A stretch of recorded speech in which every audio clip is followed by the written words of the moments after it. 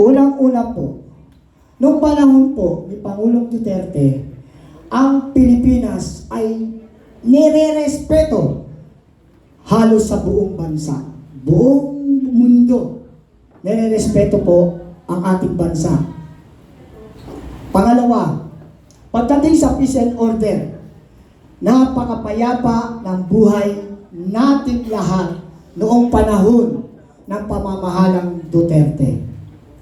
Pangatlo, nung nakaranas tayo ng isang matinding dagok sa ating bansa, sa buong mundo, yung pandemic time, alagang-alaga po tayo ng pamamahalang Duterte. Yan pong mga bagay na yan. Tatlo pa lang po yan, pero napakarami po kung talagang bubuksan natin ang kasaysayan ng pamamahalang Duterte. Kulang po ang oras natin sa ngayon. Kaya ako nagising sa actually, ito po for clarification, hindi po kami matatawag na mga bumaligtad. Kasi ang mga Marcos loyalista nga, ay nananatiling loyalista dahil tanga. Kaya sila, madalas namin nakakatunggali sa mga post na inaano kami bumaligtad daw.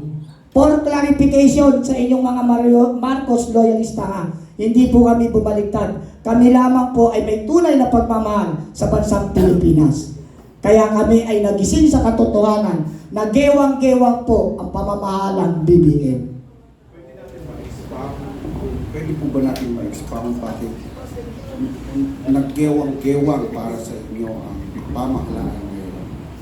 Naggewang-gewang ang pamahalaan ngayon dahil puro salita, walang gawa. Wala po siyang leadership. Sa katotohanan, walang masasaktan dito dapat eh. Kasi kapag ikaw ay isang taong gobyerno, dapat ka talagang makriticize. Ang criticize po is, ano po yan, constructive. Hindi po dapat maging destructive yan. Dapat kung may pagkukulang, baguhin. Kaya yung pangyayari na nakita ko na hindi niya kaya, especially sa decision making, wala pong decision making ang pamamahala ngayon. Napaka-importante po sa isang leader o sa isang head of the state o head of the nation na meron tayong leadership. Pero sa nakikita ko at base sa aking karanasan, wala pong leadership ang namamahala ngayon. Puro pamumulitika. Nakita niyo naman, ito pa isang dahilan kung bakit ako nagising sa katotohanan. Unang-una isa yan, na nung ipakulong niya ang Pangulong Duterte na mayroong mabuting kalooban at nagawa sa kanyang pamilya. Nung kami at panahon pa ng Marcos loyalist pa ako, based to my own experience, nakipaglaban po kami para mailibing sa libingan ng mga bayani ang kanyang ama. At walang mga pangulo na ito ay ipinalibing except Pangulong Rodrigo Roa Duterte. Siya lamang po nakapagpalibing nito. Wala pong nakapagpalibing ng mga dumating na mga pangulo. Kahit ang kamag-anak niyang Pangulong Fidel Ramos ay hindi nagawang ipalibing ito. Naipauwi from Hawaii.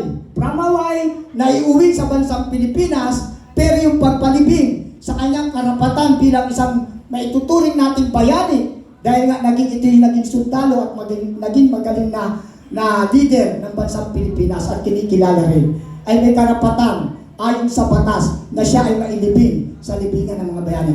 Pero ano ang ginawa nung ito'y maipalibing na at naging Pangulo itong si Pangulong BBM? Ano ang nangyari? Ano ang kapalit?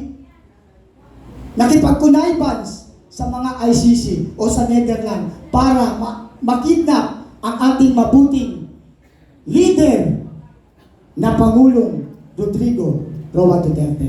Yan ay isang dahilan din. At may isa pang dahilan, dahil ako ay OFW, ex-OFW na. Nakaranas din ako na nakiusap sa Malacanang panahon ng BBM na sana naman hindi dapat pinalitan ang aming sekretary.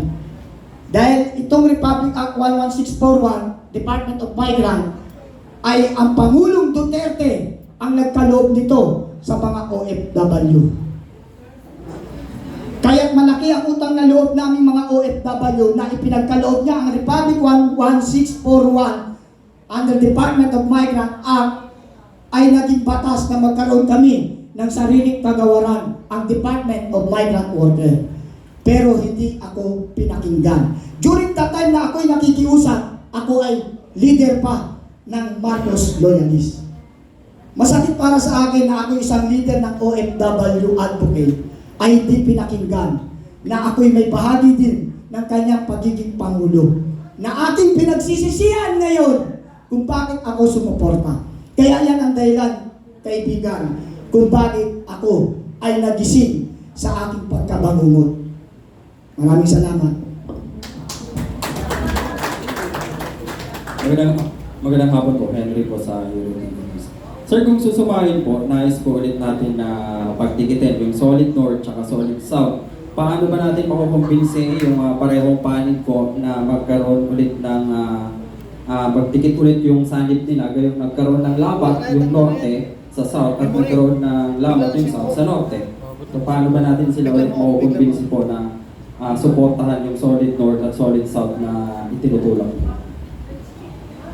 Ano ibig mo sabihin? Yung paano pagkakaisahan mga ano ba ito? Mga Yes po. Duterte? Duterte po at sa Norte. Kasi yung Norte po si Manong Chavit tama po.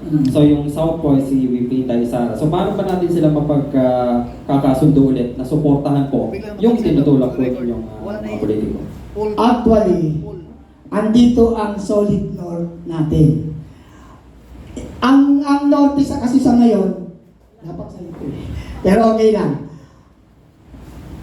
Sa ako bang sasagot? Sige sir, anyone po kung Kung sino may gusto sumagot sa mga kasama ko, ito ang merong ano. Pero kaya ko rin ipaliwanag yan. Kaya lang, siya ang taga-North. Kaya ibibigay ko sa kanya ang tanong mo. Maraming salamat sa ating lahat sa pagbibigay ng pagkakataong ito na masagot ang katanungan ng Net 25? Euro TV News po. Euro TV. Yung natuloy po. Sa Euro TV. Okay. Sorry. Doon sa katanungan mo na kung paano natin pagkaisa ang Solid North at saka Solid South. Actually, hindi naman natin masasabi doon sa binuno nila noon na Solid North dahil ang ginamit nila ay Uniteam. Ang Uniteam ay kinompose nila, isinama nila yung Solid North. Kaya sinasabi nila na Solid North. Ngayon, ang inyong lingkod, ang Agila ng Cagayan ay bumuo ng Duterte Solid North. So, dito natin napatunayan na ang Solid North noon na naka-umbrella sa Uniteam, hindi na sila solid.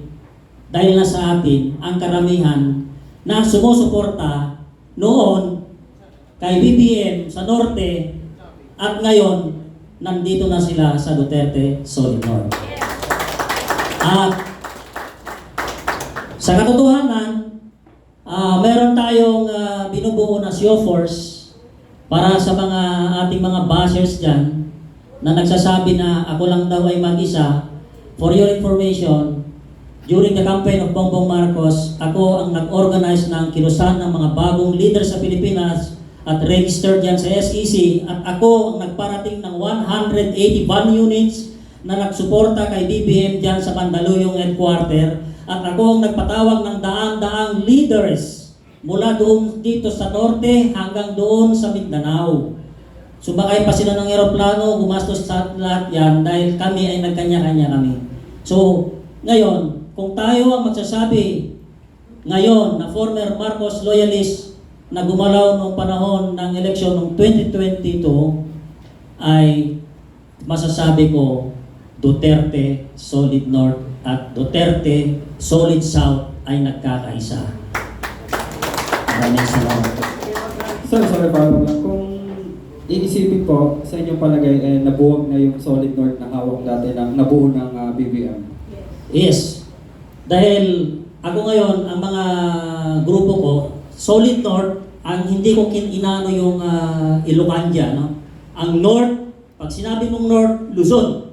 Pag sinabi natin na South, Mindanao. Central, Visayas. So tayo, ginawa natin ngayon, buong Norte, mula dito sa sa Region 4, B, A, B, hanggang doon sa Region 2, Region 1. Lahat yan, meron tayong mga leader dyan, kumikilos na. So, hindi na nila masasabi na sila ay Solid North dahil ang meron tayo ngayon ay Duterte Solid North. For my unit na lang po kay Ferdinand. Karamayan po. Okay. Sabi kasi ni former Senator Antonio Trillanes sa isang press conference, magkakagulo daw ang Pilipinas kapag bumalik ang mga Duterte. Ano mong statement niyo tungkol dito? Ano yan barking dog yan. Si Trillanes, kalugar ko yan, taga Caloocan. Tumakbo nga yan ng mayor, hindi nanalo. Kasi ito tandaan nyo, kung kayo ay matalinong botante, dapat alam nyo kung sino ang iboboto nyo. Meron kayong sariling pagsasaliksik, i-categorize and characterize nyo. Yan taong yan, hindi kilala sa Caloocan yan. Sa totoo lang, Trillanes, kalugar kita pero hindi kita kilala. Ako, 1967 pa nasa Caloocan na ako. Diyan ako nagkamulat ng aking kaisipan. Kaya kilala ko ang mga original o antigong taga Caloocan. Kaya nga tuwang-tuwa ako, may lumitaw na taga Caloocan na isang congressman na nakikipaglaban sa karapatan. Hindi ng Caloocan lang ng buong bayan o buong bansa. Si Congressman Egay Erice. Salud, sir! Congratulations! Tama ang ginagawa mo pa ikipagdigmaan. Dahil ang Caloocan ay lugar ng mga bayani din. Dahil dyan, nagkaroon ng blood compact ang ating mga ninunong bayani. Okay, Brad? Thank you. Thank you sa tanong. Sir, kay Sir Ferdinand. Sir Jimmy Mendoza, countdown ng Internet TV Radio sa buong Pilipinas. Napapakinggan po tayo. Ang declaration of support nyo kay Inday Sara Duterte at kay Manong Chavit Singson, may paspas ba nilang dalawa yan? Actually, hindi pa namin nakakausap talaga si Manong Chavit Singson. Pero si Ma'am Pipi Sara, alam namin na tatakbo itong Pangulo. Pero wala pa rin sa deklarasyon kung sino ang kanyang vice presidente. Kaya nga kaming mga former Marcos loyalists, nagsaliksik din kung sino ba ang may karapat-dapat o sino may potensyal na maging katandem. Hindi po kasi namin pwedeng sabihin si Senator Bongo, Senator Marcoleta. Mandirigma po ang pamahalaan ngayon. Pinopolitika lahat ng mga dumidikit sa Duterte. Pero dahil tingin namin sa aming karanasan na si Manong Chavit ay may tapang na manindigan kung sakali mang siya'y magdeklara din. Hindi pa siya nagdedeklara at hindi pa po namin siya personal na nakakausap. Ito yung aming pagkakaisa lamang ng mga former Marcos loyalists. Kaya ang aming paniniwala at pananaw, itong aming ginawang ito ay wala namang masama dito dahil ito yung aming karanasan at aming napagkasunduan. Kaya kung ipapartner man namin ito, si Ma'am President Sara Duterte at si Vice President Chavit Singson, malaking bagay naman dahil si Mr. Chavit Singson, kahit tignan niyo po ang lugar ng Ilocos Sur, makikita niyo po ang kanyang lalawigan na napakaunlad. At na-research ko rin po at na-background check ko ang pagkatao ni Governor na ngayon ay magiging Vice Presidente, Chavit Singson, ay namimigay pa ito ng cattle, ng mga baka, kalabaw, kambing. Nas kung sino ang may gustong magsimula, mag-farm o mag-poultry, binibigyan niya po ng mga ganitong bagay para maging maunlad at magkaroon ng stable na pamumuhay ang kanyang mga taong nasasakupan. Yan po ay isang kabutihan ng isang pwedeng maging leader o maging kaagapay ng ating pangalawang Pangulo. Sir, sa paanong pamamaraan nyo kukumbinsihin si Manong Chavit Singson na talaga naman may kalidad na siya pagdating sa North. Simula dyan sa La Union hanggang Ilocos Sur, Ilocos Norte, ang ganda ng karsada, pinaganda ng munisipyo. Paano nyo makukumbinsin sa pamamaraan? Kasi noon, tumakbo siyang senador tingin ng mga tao, number 1 siya. sa kalagitnaan umatras siya. Anong gagawin ng grupo nyo bilang former Marcos loyalist? Para sa amin, kung ano maging desisyon ng ating pinipili o napipisil na vice presidente ay gagalangin namin. Pero para sa amin, makukumbinsi namin siya kung aming isasalaysay ang paghihirap ng ating bansa. Yung pananamantala ng itong mga mangungurakot na itong politiko na nawala na ang real essence of public service. Nawala na po sa panahon ngayon.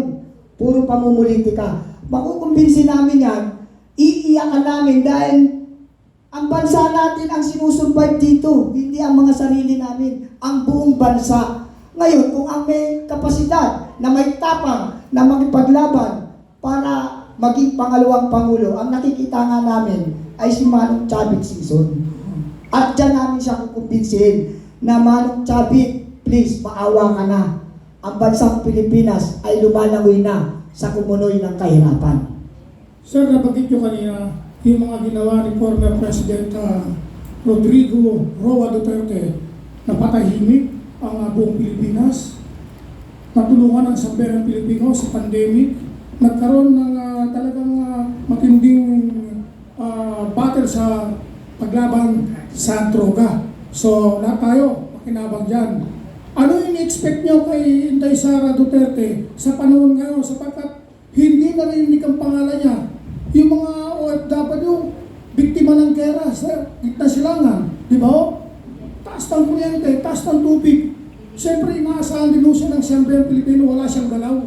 Walang kilos. Ano yung expect niyo sa kanya bilang tinutulak na maging presidente? Ano ang may tutulong niya at ano ang gagawin niya sa bansang Pilipinas? Wag po natin siya ikumpara sa kanyang tatay. Iba si Duterte, itong babae, iba to eh. Di ba? Ano yung expect niyo sa kanya? Ang expectation namin ay over pagdating sa public service. Ito na nga eh. Ito sabi niyo yan ha, sabi niyo. Ayon sa inyong salita, walang hinahanap siya at wala. Alam niyo ba yung si Mayor Baste, kapatid niya po yan. Yung magkakapatid na yan, mga politician, nag-uusap-usap po yan.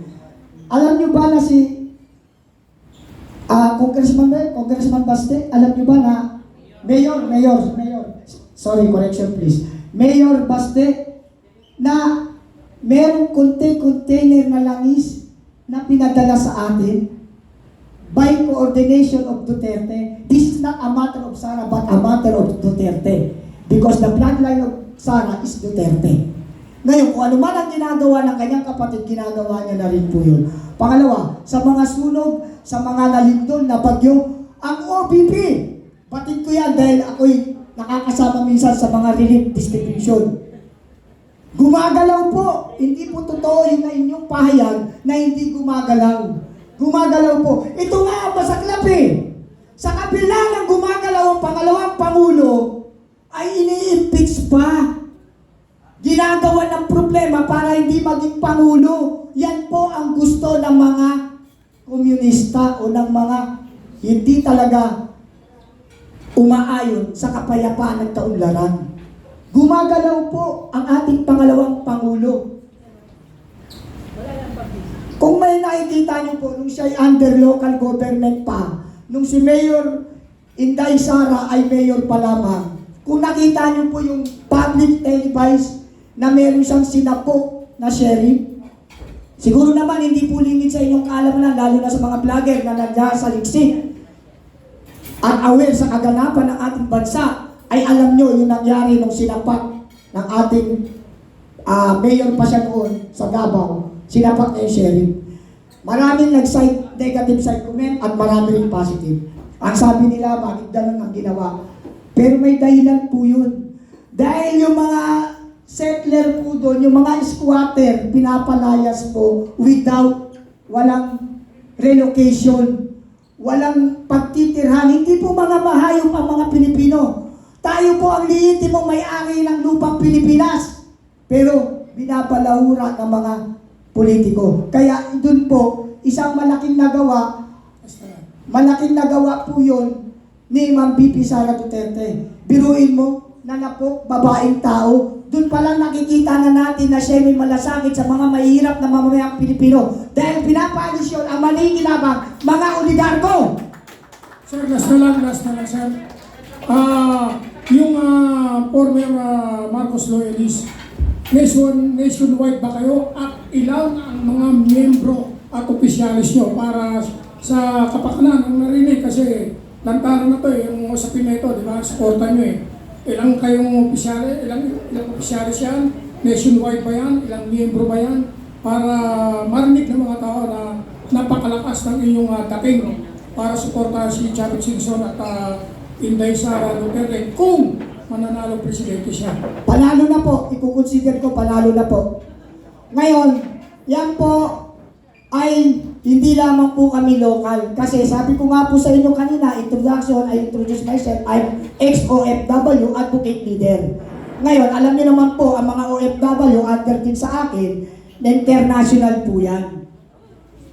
Lahat ng bansa may OFW. Kaya kung ano ang sinusuportahan namin, o ako, o ng mga kasamahan ko, ay sumusuporta ang mga kasamahan kong OFW. Huwag lamang po kami susuporta sa mga gewang-gewang dahil hindi po namin makukuha ang malaking bilang. Hindi na muna ako magdideklara kung ilan, basta marami po yan. Kasi kung OFW po, kung i-optimize po natin, million po yan. Ngayon, hindi naman pwedeng sabihin ipagyaman, kung million kami. No. Tayo, pagdating sa bagay na yan, careful din po. No estimation of quantity. Kami po ay marami. I-analyze nyo po ako bilang isang OFW leader at political leader din po ako. May estimate nyo na po yan kung ilan po yan. Napakarami po namin. Dahil ang mga OFW under sa aking organisasyon na OFW Veterans Association ay nagkakaisa na napakarami namin. Kasama pa ang Solid North.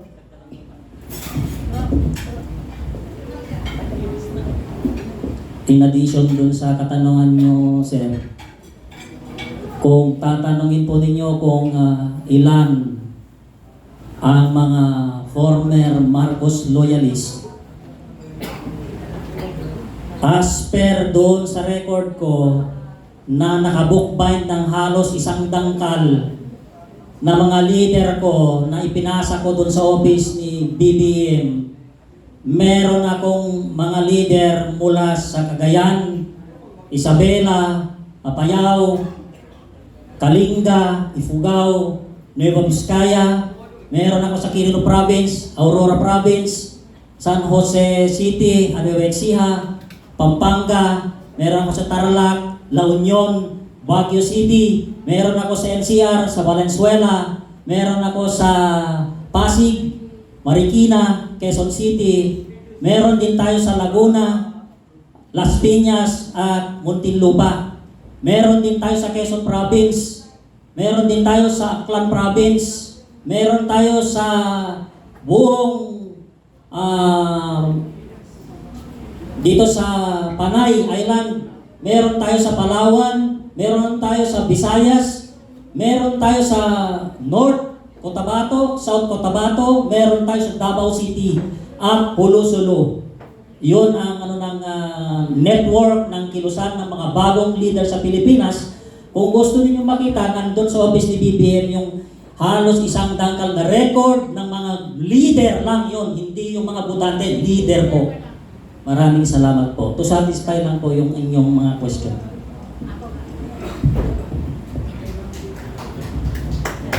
Hello, good afternoon po. Yung regarding po sa sinabi niyong katanungan na kung bakit pinili namin si BP Sara na maging Pangulo at maging kahalili ni Sir Chavez Singson, sir. Una kasi, sir, si BP Sara po, nakikita namin bilang Vice Presidente na hindi niya pinipersonal ang lahat na bagay.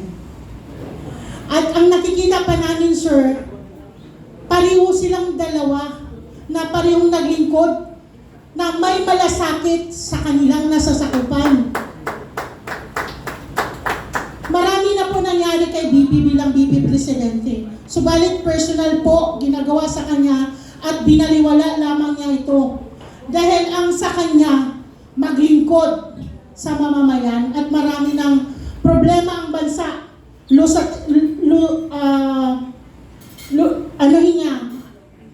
Lugmok na ang bansa. Ang inisip niya kung paano tayo makakaahon. So, sa dami na pong Vice Presidente sa Pilipinas, itatanong ko lang po, yung ginawa po ba ni BP Sara bilang Vice Presidente ng bansang ito, nationwide po na may network ang BP, right? Di ba? Ang dami niyong opisina sa iba't ibang lugar. Na ibig sabihin po, sa oras ng sakuna, mabilis lang ang kanyang tugon sa pagtulong sa kahit anong sakuna. Kahit ano pang nangyayari sa lugar na yon, mabilis kasi mayroon siya doong opisina na mabilis maiparating, responde ang tulong ng isang BP Presidente. Ang ginagawa po ngayon ni BP Sara po, Pangulo na po eh. Dahil sa Pangulo, sa ngayon, karamihan po, hindi lang ilan, nangangamba. Dahil makikita naman natin, walang leadership. Diba? Makikita natin ang OFW, walang direksyon kung paano sila aakapin sa mga nangyayari ngayon sa gitnang silangan. Hindi katulad dati ng dating Duterte na pandemic, instead na lahat manganib, matakot. Pero dahil sa serbisyong Duterte, kahit nasa loob lang ng bahay, busog kami. Nabuhay kami kahit walang trabaho. Ang nangyari ngayon sa bansa na to, sana magising na ang lahat. Bakit po? Dahil pa nating pandemic. Dahil during pandemic, ang gasolina steady. Hindi tumaas. Ngayon tumaas ang lahat. Tumaas ang lahat, pero hindi na yan pa rin sila. 97% ang gasolina sa bansa natin, pero sa ibang bansa, more than 50% lang. Hindi alam pa sa 50%. So, dito pa lang sa bakit kami nag-declaration of support na si Chavit Singson maging pangalawang Pangulo kay BP Sara dahil pareho silang nakikitaan namin ang kanilang lugar malinis. Ang mga tao sa lugar ni Chavit Singson, binibigyan niya ng kalupaan na walang tirahan. Binibigyan niya ang kabuhayan, katulad din ng mga Duterte. Ang malasakit nila sa mamamayan, makikita nyo sa mga gawa. At may respeto ang bawat mamamayan sa kanilang pinanunungkulan. So ito po ang aming deklarasyon na si Sara Duterte, busy man ang tinatawag natin ngayon sa kanya,